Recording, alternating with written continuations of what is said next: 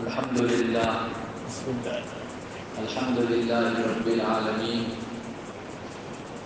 والصلاة والسلام على سيد الأنبياء والمرسلين وعلى آله وأصحابه أجمعين أما بعد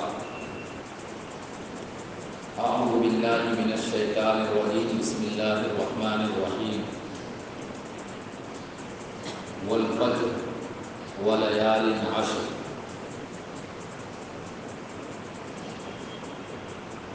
صدق اللہ العظیم اللہم صلی علی سیدنا و مولانا محمد وعلی آلہ و اصحابہ وبارک وسلم۔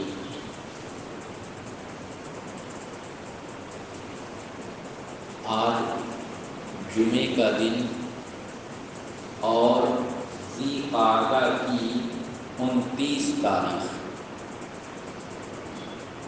زیادہ امید ہے کہ آج ذی الحجہ کا چاند نکلے گا اور ذی الحجہ کا مہینہ شروع ہو جائے گا۔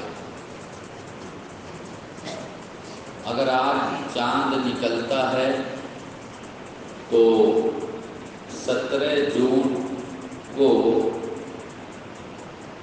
عید الاضحیٰ یعنی قربانی کا دن ہوگا ہمارے اور آپ کے یہاں۔ یہ جو مہینہ شروع ہونے والا ہے، آج اگر چاند نہ نکلے تو کل تو نکلنا ہی نکلنا ہے۔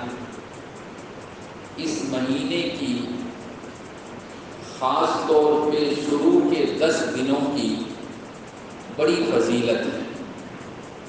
قرآن کریم میں اللہ تعالی نے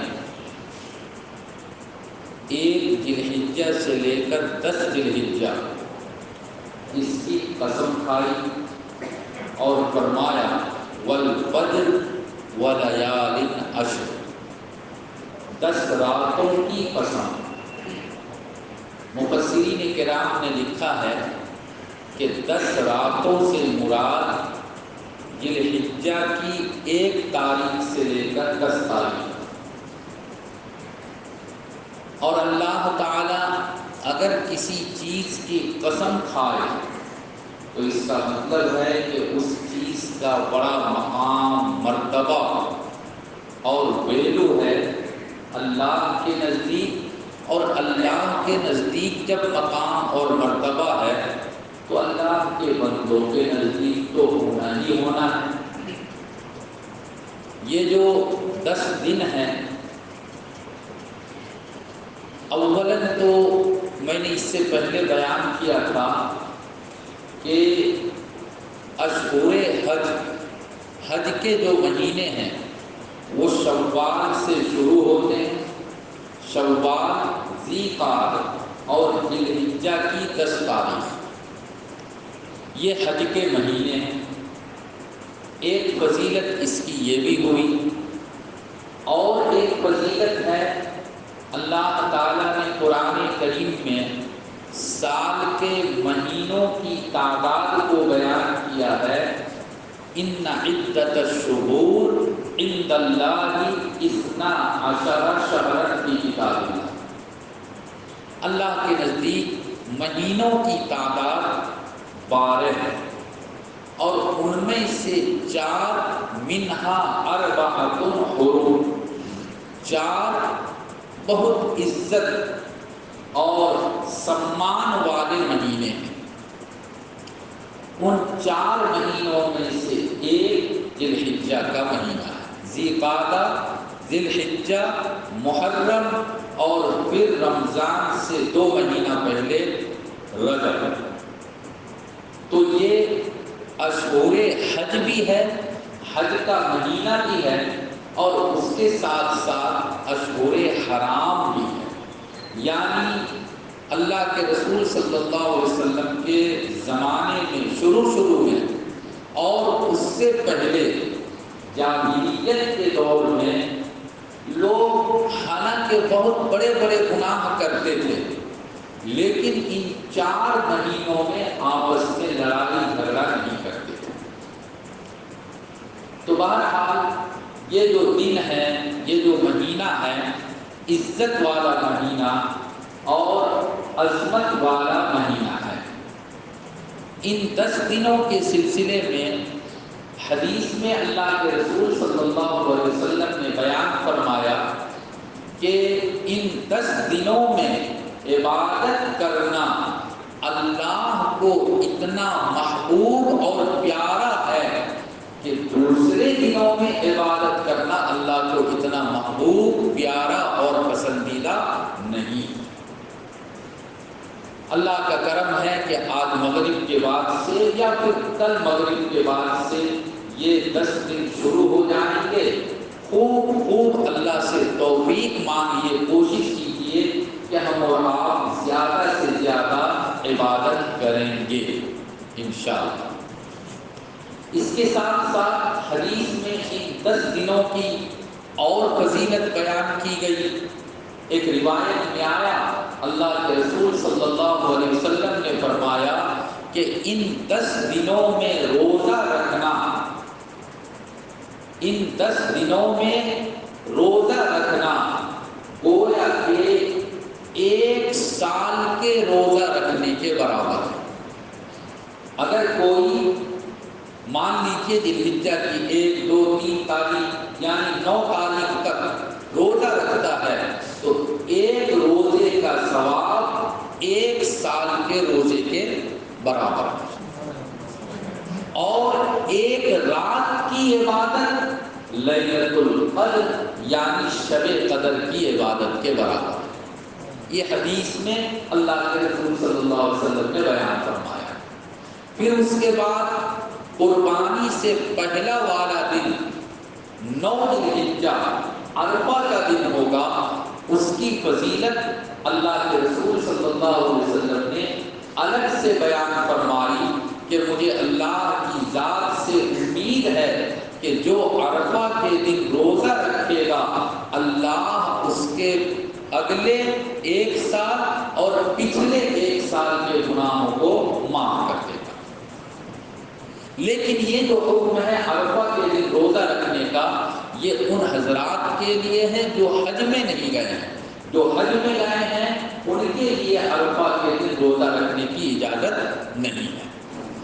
تو یہ چند فضیلت میں نے آپ لوگوں کے سامنے ان 10 دنوں کی بیان کی، اور اس کے ساتھ ساتھ ان 10 دنوں میں کرنے کے بھی کچھ کام ہیں۔ شریعت نے ان کو متعین بھی کر دیا ہے۔ مثال کے طور پہ ایک روایت میں آیا کہ جب ذوالحجہ کا چاند نظر آ جائے اور آپ میں سے کوئی قربانی کا ارادہ رکھتا ہے تو وہ اپنے بدن کے بال کو نہ کاٹے، اپنے ناخن وغیرہ کو نہ کاٹے۔ یہ ایک عمل ہے فضیلت والا، اور یہ کم سے کم مستحب تو ضرور ہے۔ اور ہمارے بزرگوں نے لکھا ہے، اکابر نے لکھا ہے، اسلاف نے لکھا ہے کہ حقیقت میں یہ جو حکم ہے کہ یہ مہینہ شروع ہونے کے بعد تم اپنا ناخن مت کاٹو، سر کا بال وغیرہ مت کاٹو، یہ اصل میں ان لوگوں کے ساتھ مشابہت اختیار کرنی ہے، ان کے مانند اپنے آپ کو بنانا ہے جو حج کے لیے گئے ہوئے۔ جو حضرات حج میں جاتے ہیں وہ جب احرام شروع ہو جاتا ہے، ان کا احرام کا کپڑا پہن کر احرام کی نیت کر لیتا ہے، تو اب اس کے بعد ناخن بھی نہیں کاٹ سکتا، اپنے سر کا بال بھی نہیں کاٹ سکتا، بلکہ بدن کے کئی کا بھی بال نہیں کاٹ سکتا، خوشبو نہیں لگا سکتا، سلا ہوا کپڑا نہیں پہن سکتا۔ تو تھوڑی سی مشابہت، تھوڑی سی شکل گویا کہ ہم اور آپ ان کی اختیار کر رہے ہیں، اور یہ شکل اختیار کرتے ہیں یہ سوچ کر کہ اللہ ان کو آپ نے بلایا اور ماشاءاللہ وہ آپ کے دربار میں پہنچا ہوا ہے، خانہ کعبہ سامنے ہے، وہ طواف کر رہا ہے، حجر اسود کا وہ بوسہ کر دے رہا ہے، اے اللہ وہ حدیث میں جا کر نماز پڑھ رہا ہے، دعائیں کر رہا ہے، اے اللہ وہ خانہ کعبہ کے دروازے کی چوکھٹ سے چمٹ کر رو رو کر دعائیں کر رہا ہے۔ ہم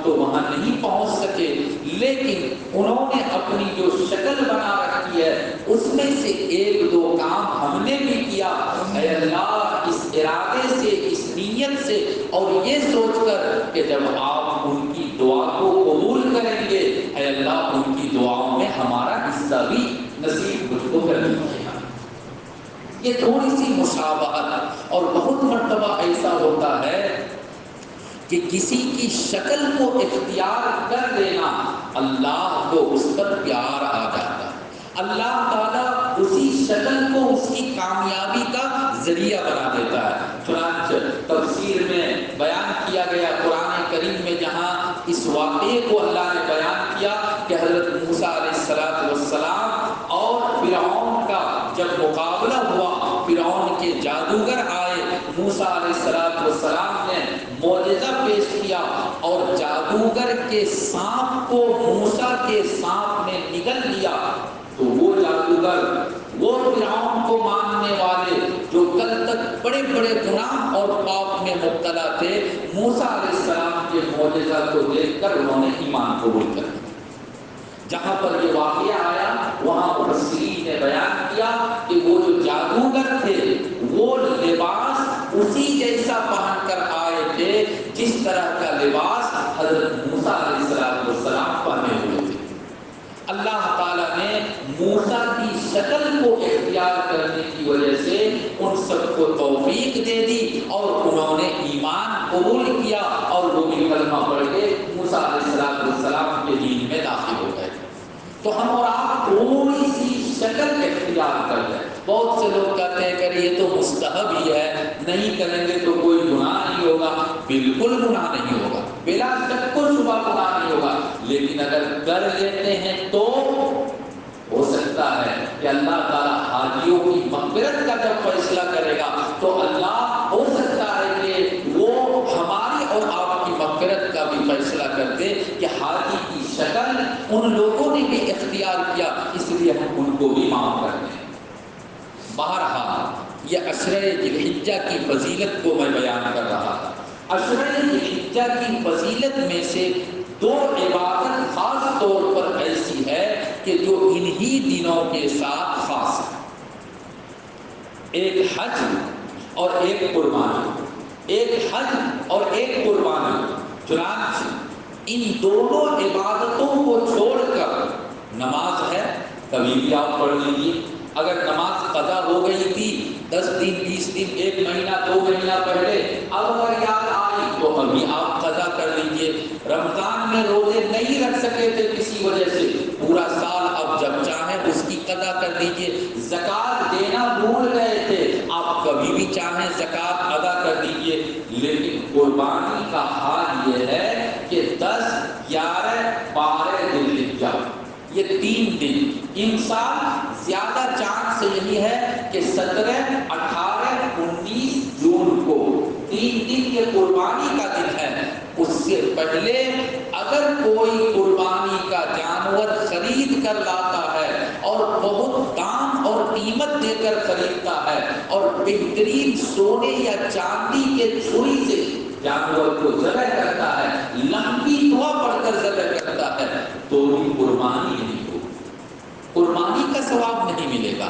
جانور کو ذبح کر دیا، آپ کھا سکتے ہیں، گوشت مل جائے گا آپ کو، بالکل آپ کے لیے کھانا حلال ہوگا، لیکن وہ جو قربانی کا ثواب ہے جس کے بارے میں آپ صلی اللہ علیہ وسلم نے فرمایا کہ قربانی کے جانور کا خون زمین پر گرنے سے پہلے اللہ اس کو قبول کر لیتا ہے، وہ اللہ کے یہاں پہنچ جاتا ہے۔ ایک حدیث میں آیا کہ قربانی کے بدن پر جتنا بال ہوتا ہے، ایک ایک بال کے بدلے میں قربانی کرنے والے کو ایک ایک نیکی ضرور ملتی ہے۔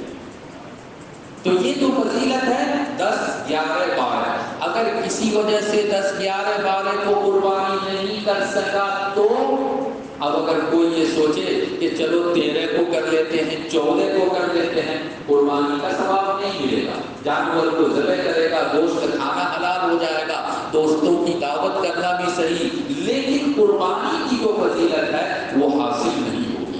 ایک عبادت۔ دوسری عبادت ان دنوں کی جو ہے وہ ہے حج، وہ ہے حج۔ چنانچہ حج کا کام شروع ہوتا ہے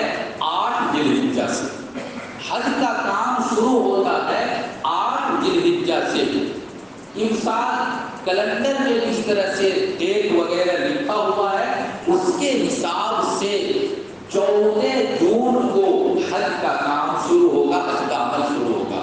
مینا جانا ہے 8 ذی الحجہ کو، 9 ذی الحجہ کو عرفات میں جانا ہے، رات میں مزدلفہ گزارنا ہے، 10 تاریخ کو پھر مینا آ کر اور شیطان کو کنکر مارنا ہے، 11 کو بھی رہنا ہے، 12 کو بھی رہنا ہے۔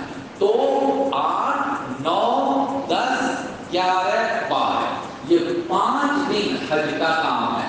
اور اگر کوئی 12 کو بھی رک جائے تو 13 کو بھی شیطان کو کنکر مار کر پھر وہ مینا کو چھوڑ کر گھر جانا چاہے گھر جائے، مکہ جانا چاہے مکہ جائے، مدینہ جانا چاہے مدینہ جانا چاہے۔ لیکن اصل میں جو حج کا کام ہے وہ 5 دن۔ میرے بھائیوں، کیا وہ 5 دن کا منظر ہوتا ہے؟ جو لوگ گئے ہیں وہ جانتے ہیں اللہ ان کو بار بار بلائے، جو لوگ نہیں گئے ہیں اللہ سے دعا ہے اللہ سب کو بلائے۔ اللہ کے یہاں کسی چیز کی کمی نہیں۔ اللہ اگر چاہے ایک واقعہ بزرگوں نے جمع کیا ہے، گوالا دور ڈوبنے والا ایک پیسہ جس کے پاس جمع نہیں، اللہ نے چاہا تو ان کو بھی حج کرایا۔ غریب سے غریب لوگوں کو اللہ حج میں پہنچا دیتا ہے۔ اللہ کے یہاں کسی چیز کی کمی نہیں۔ اسی لیے ہم اور آپ دعا کریں، آج جمعے کا دن ہے کہ جو لوگ حج کے لیے گئے ہیں اللہ ان کے حج کو آسان کرے، ان کے حج کو قبول کرے، اور اللہ تعالی ہم سب کو بھی حرمین شریفین کی مقبول زیارت عطا فرمائے۔ بار بار اللہ اپنا گھر لے جائے اور وہاں کے طواف کی توفیق عطا فرمائے۔ یہ حج کے جو کام ہیں، مینا آج بھی ہے، مزدلفہ کا میدان آج بھی ہے، عرفات کا میدان آج بھی ہے، اور حج کے بعد بھی یہ میدان رہے گا۔ اب اگر کوئی اس وقت عرفات میں جائے اور جا کر وہاں ایک دم بالکل رو رو کر اللہ سے دعائیں کرے، خوب دعائیں کرے، مسجد نمیرہ میں جا کر ایک دم خوب نمازیں پڑھ کر اور دعائیں کرے، لیکن وہ فضیلت حاصل نہیں ہوگی جو فضیلت عرفات کے دن یہ کام کرنے کی ہے۔ اب اگر کوئی مینا میں جاتا ہے اور وہاں جا کر رات گزارتا ہے تو اس سنت کا ثواب نہیں ملے گا جو 8 ذی الحجہ کو جا کر گزارنے کا سنت کا ثواب ملے گا۔ تو میں کہہ رہا تھا کہ حج ایک ایسی عبادت ہے جو انہی دنوں میں ہے۔ اگر خدا نخواستہ کسی وجہ سے حج نہیں کر سکا ان دنوں میں، اس سے پہلے اگر کوئی جا کر شیطان کو کنکر مارے تو کہے گا یہ پاگل ہے، یہ پاگل ہے۔ اور وہی اگر 10 تاریخ کو، 11 تاریخ کو، 12 تاریخ کو جان بوجھ کر شیطان کو کنکر نہیں مارتا ہے آدمی تو کہا جاتا ہے یہ پاگل۔ ابھی مارنے والے کو پاگل اور اس وقت نہ مارنے والے کو پاگل۔ بات کیا ہے، یہ سارا کا سارا سسٹم، سارا کا سارا نظام اللہ نے فکس کر دیا ہے، اللہ نے طے کر دیا ہے۔ ان تاریخوں میں قربانی کرنا ہے، ان تاریخوں میں قربانی نہیں کرنا ہے، فلاں فلاں دن حج کے ارکان کو ادا کیا جائے گا۔ اس سے پہلے بہت سے لوگ جاتے ہیں لیکن وہ عمرہ کر کے آتے ہیں، عمرہ کا ثواب ملے گا، اور عمرہ کا ثواب اور حج کا ثواب آسمان زمین کا فرق۔